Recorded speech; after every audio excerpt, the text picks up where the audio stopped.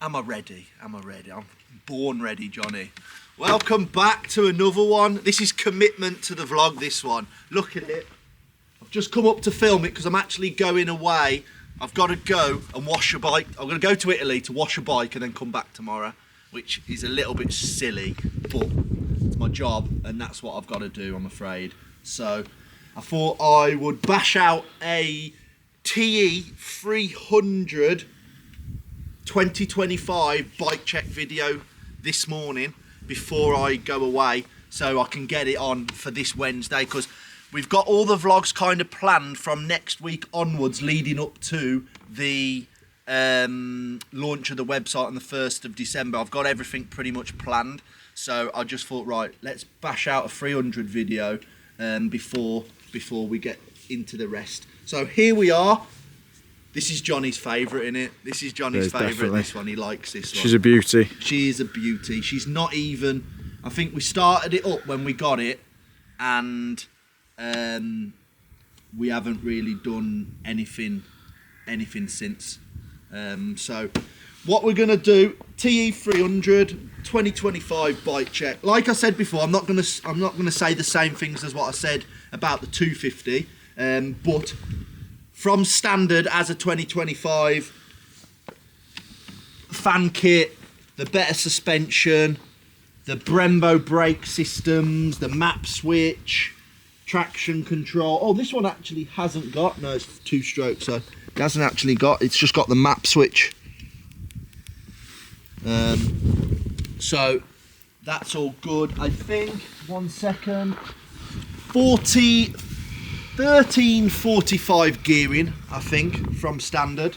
As I say, we're going to try and leave these bikes pretty much standard, to be honest with you. For now, we're just going to ride it and we're going to see what they are like. But I'm very, very, very impressed with how they come. I know I keep saying it and stuff, but as I say, it's pretty much the same as the 250 with the stuff that you get on it.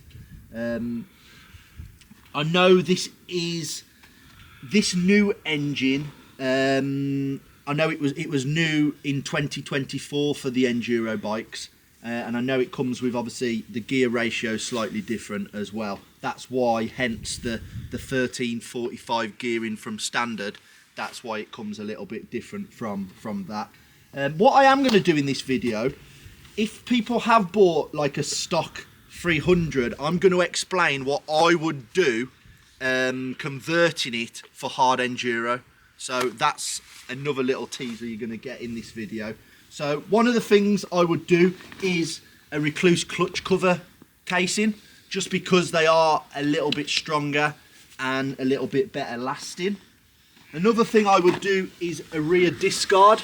As you can see, there's nothing on there, so I would get a rear disc guard. Also, I don't use them, but I maybe would recommend a pipe guard, because that's a little bit better to keep your pipe new and stuff like that. Coming round to the front, probably recommend a front disc guard as well. We have like a big carbon one, a Power Parts one that covers the whole of the disc. Obviously mousses, and then on the rear I would recommend probably a 120 Extreme mousse with a Extreme rear tyre, the soft one.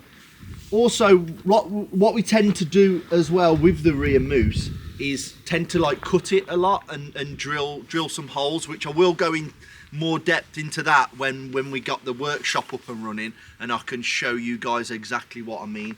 But as I say, 9 times out of 10 we probably go 16 holes all the way around the mousse, and then if it is quite a warm day we would actually cut some off the mousse, because what happens to the mousse when it gets warm, it inflates a lot, and then obviously you get the hard feeling, and when you get the hard feeling in the tyre, that's when the knobbles start to wear of the tyre as well. So that's what we do. Obviously a must is Raptor foot pegs for Extreme. The Raptor Extreme foot pegs are a little bit narrower. These foot pegs are quite wide, and I think with Extreme you would tend to hit them a little bit. As I say, I think from the suspension wise, obviously I've not really ridden the 300, so I can't really comment on how the suspension would be from standard. So can't comment from that at the moment.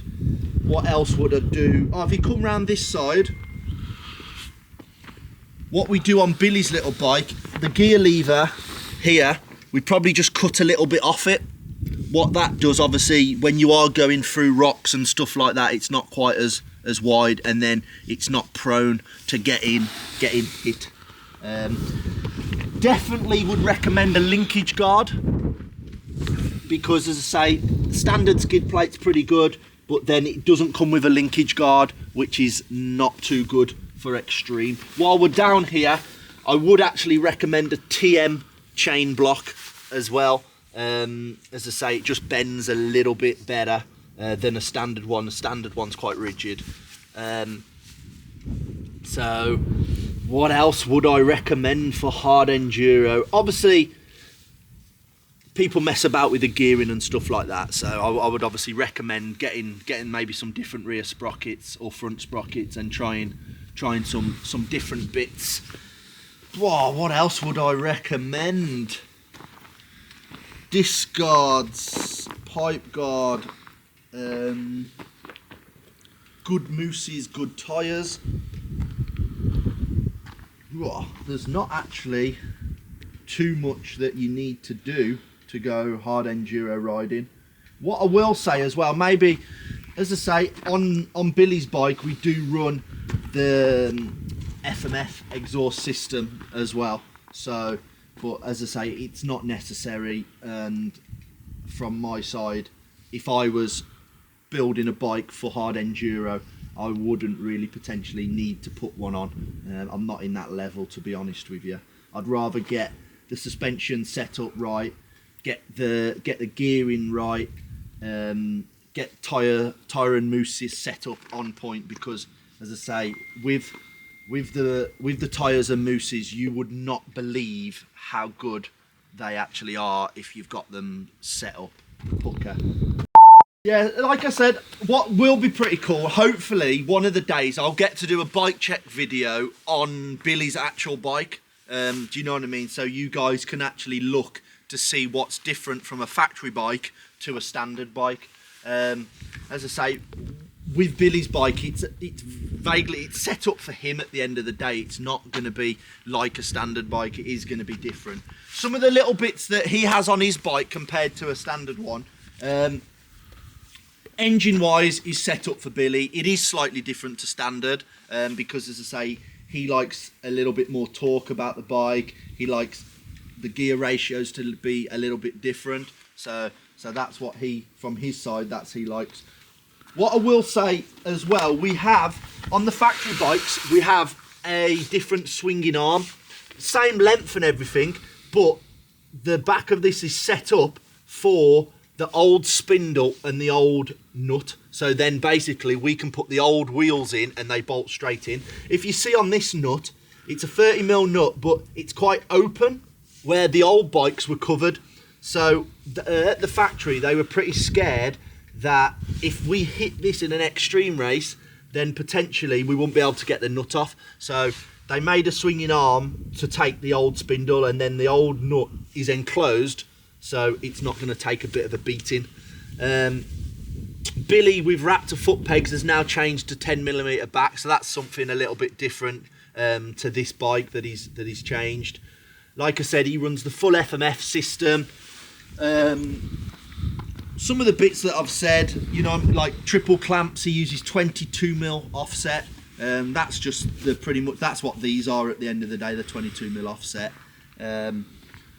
Hopefully one of the days I will get to show you a little bit more. If you do come round this side, I'll show you a little bit.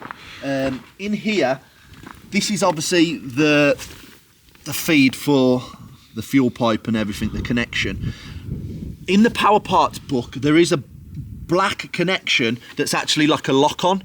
So you plug it in and then you just twist it and it locks and it don't come out, because as I say, with these, I have had them open. Billy at Weston a few years back, his bike was running fine, went down to the start, just about to start it up on the thing, and it popped open, and we didn't know what it was for a little while. So, like I said, and also on his bike, we don't have the oil tank.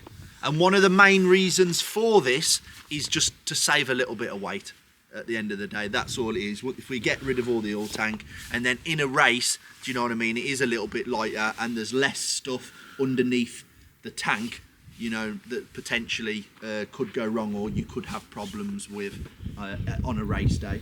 So that's, as I say, that's about it really. It would, as I say, it would be interesting to get his bike eventually down and to do a bike check. I know Billy likes doing bike checks on his when he gets a new bike and stuff. I'll kind of leave that to him. I don't want to be treading on his toes, or he'll punch me and kill me, punch me head in. So I don't want to do that. But like I said, there is a few bits. Eventually, when we do get up and running, we got another 2 300s coming, and we are going to be renting them out to for some events. So probably, if we are renting them out for some events, then probably we might be able to do a bike build video, building them up for races like that.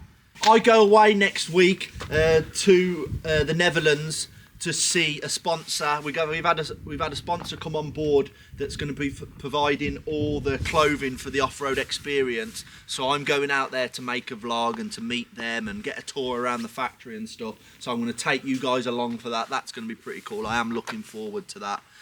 So that's going to be that next week, and then leading up to the 1st of December, we've got a few things happening, and then there's even going to be a giveaway as well. When the website goes live, for the first week, we're going to open a giveaway where you get a chance to win a day riding with us up here.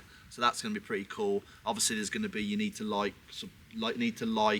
share the post and stuff like that, but you'll get all the information that you need for that very soon.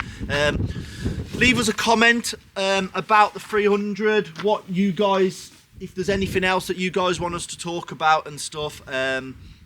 Like I said, it's hard to go into too much detail because it is pretty much the same as the FE that I did. It's got all the same features on and stuff like that, so it is quite difficult. But TE300s, it's a very nice looking bike, I must admit. Right, don't forget to like, subscribe, and we will see you again next week.